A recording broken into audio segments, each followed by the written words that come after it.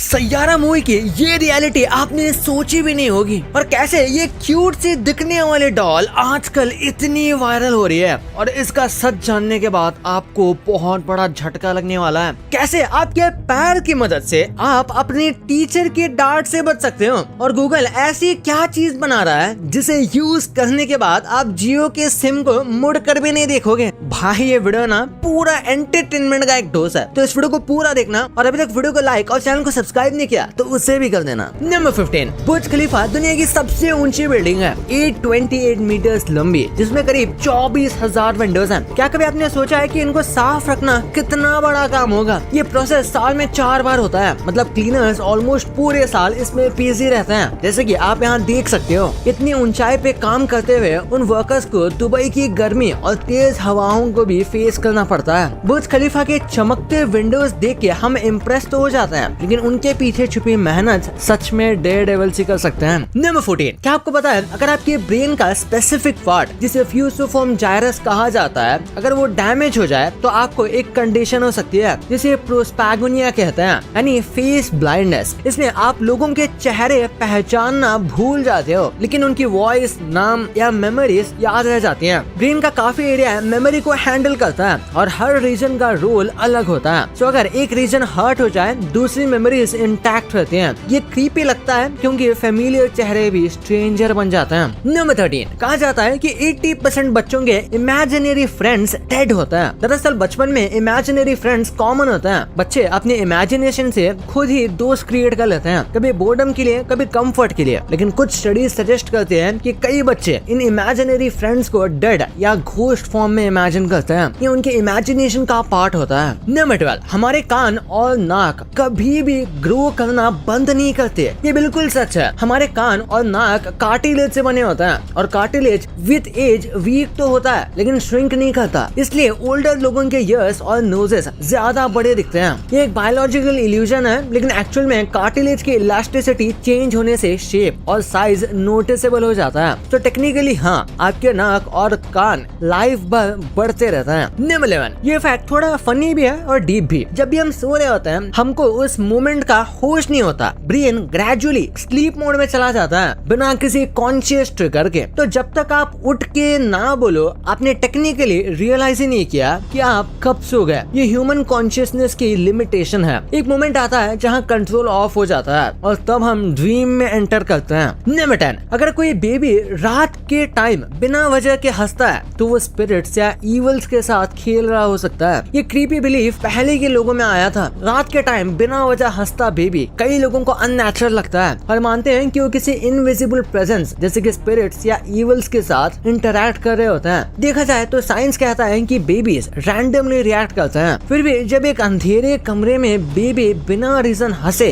तो वो spine chill कर सकता है। नंबर 9, जापान में हर 23 लोगों पे एक वेंडिंग मशीन है। ये सुनने में थोड़ा एग्जैगरेटेड लगता है, लेकिन है ये रियलिटी। जापान में अप्रोक्स 5 मिलियन वेंडिंग मशीन्स हैं। वहाँ हर गली, ट्रेन स्टेशन और पार्क में आपको वेंडिंग मशीन्स मिल जाएंगी, जिसमें सिर्फ चिप्स या कोल्ड ड्रिंक्स ही नहीं बल्कि राइस, एग्स, अम्ब्रेलास और इवन हॉट मील्स भी मिलते हैं। नंबर 8, अगर आपको अनकंट्रोलेबल हंसी आती है तो ये ट्राई करना। अपने टोस को ऐसे टाइटली कर्ल करो और देखना कि आपकी हंसी रुक जाएगी। जब आप टोस कर्ल करते हैं तो आपका ध्यान फनी चीजों से हटकर बॉडी पे शिफ्ट हो जाता है। ब्रेन एक फिजिकल डिस्ट्रैक्शन पे फोकस करना शुरू कर देता है, जिससे हमारी हंसी रुक जाती है। वैसे इस ट्रिक को ऑकवर्ड या सीरियस सिचुएशंस में यूज किया जा सकता है। नंबर 7, ये फैक्ट थोड़ा डरावना है, लेकिन कहते हैं कि अगर आप आपके सपनों में घड़ी या क्लॉक बिल्कुल क्लियरली चल रही है या टाइम सही दिख रहा हो तो शायद वो आपका सपना है ही नहीं। ऐसा इसलिए क्योंकि जब हम सपना देखते हैं तो हमारा दिमाग टाइम को नॉर्मल तरीके से समझ नहीं पाता। इसलिए सपनों में क्लॉक्स या तो ब्लरी होते हैं या उनका टाइम बदलते रहता है। लेकिन अगर क्लॉक बिल्कुल सही दिख रही है तो हो सकता है आप किसी और अजीब एक्सपीरियंस से गुजर रहे हो। नंबर 6, आपने वाटर बॉटल्स पे एक्सपायरी डेट देखा होगा, लेकिन बहुत लोगों का सवाल होता है कि पानी कैसे एक्सपायर हो सकता है। बात तो सच है, पानी एक्सपायर नहीं हो सकता, लेकिन बॉटल तो हो सकती है ना। प्लास्टिक बॉटल्स टाइम के साथ डिग्रेड करने लगते हैं और उनसे माइक्रो प्लास्टिक्स या केमिकल्स पानी में घुल सकते हैं और इसीलिए उस पे एक्सपायरी डेट लगाई जाती है। नंबर 5, ये फैक्ट एक फन इंग्लिश पजल जैसा है। ट्राई करो 13579 सब में ई है, लेकिन जब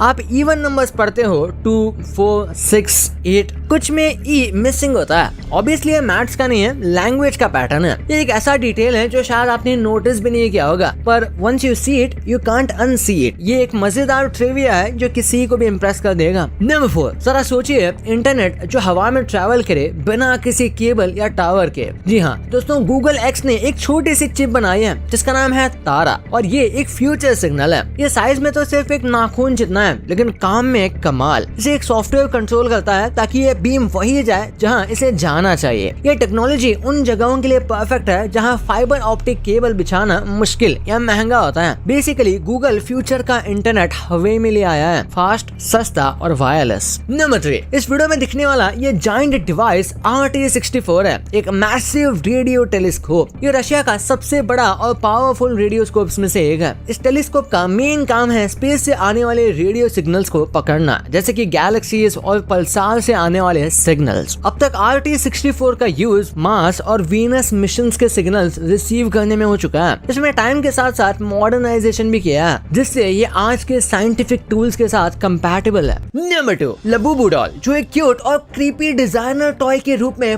पॉप मार्ट ने लॉन्च किया था। आजकल इंटरनेट पर एक अलग ही रीजन से ये वायरल हो रही है। लोग इसे एंशिएंट डीमन पजूजू से जोड़ रहे हैं। पजूजू जो मेसोपोटामियन माइथोलॉजी का एक विंड डीमन था, वही डीमन जिसे द एग्जॉर्सिस्ट मूवी में दिखाया गया था। इसके फीचर्स जैसे शार्प टीथ, पॉइंटेड ईयर्स और ईरी स्माइल लबूबू के डिजाइन से मिलते जुलते दिखते हैं। इसी वजह से कुछ लोग मानते हैं कि लबूबू कोई नॉर्मल डॉल नहीं बल्कि एक मॉडर्न कर्स्ड ऑब्जेक्ट है। सोशल मीडिया प्लेटफॉर्म्स पर कई यूजर्स ने बताया कि लबूबू उनके घर आने के बाद उन्हें वियर्ड एक्सपीरियंस होने लगे, जैसे लाइट्स का फ्लिकर होना, पेट्स का डिस्टर्ब बिहेवियर, नाइटमेयर्स और नेगेटिव वाइब्स फील होना। हैशटैग्स जैसे कर्स्ड लबूबू और डीमन डॉल ट्रेंड करने लगे, और कुछ लोगों ने तो इस डॉल को डिस्ट्रॉय तक कर दिया। लेकिन पॉप मार्ट ने क्लियर कर दिया कि लबूबू का डिजाइन किसी एंशिएंट डीमन से इंस्पायर्ड नहीं है, बल्कि ये बस एक फैंटेसी कैरेक्टर है। एक्सपर्ट्स भी कहते हैं कि ये पैनिक सिर्फ वायरल इमेजिनेशन और साइकोलॉजिकल इन्फ्लुएंस का रिजल्ट है। लेकिन फिर भी लबूबू की आंखों का वो स्टेयर और इसके दांतों भरी मुस्कान देखकर काफी लोग आज भी डरते हैं। क्या पता ये सिर्फ डॉल है या कुछ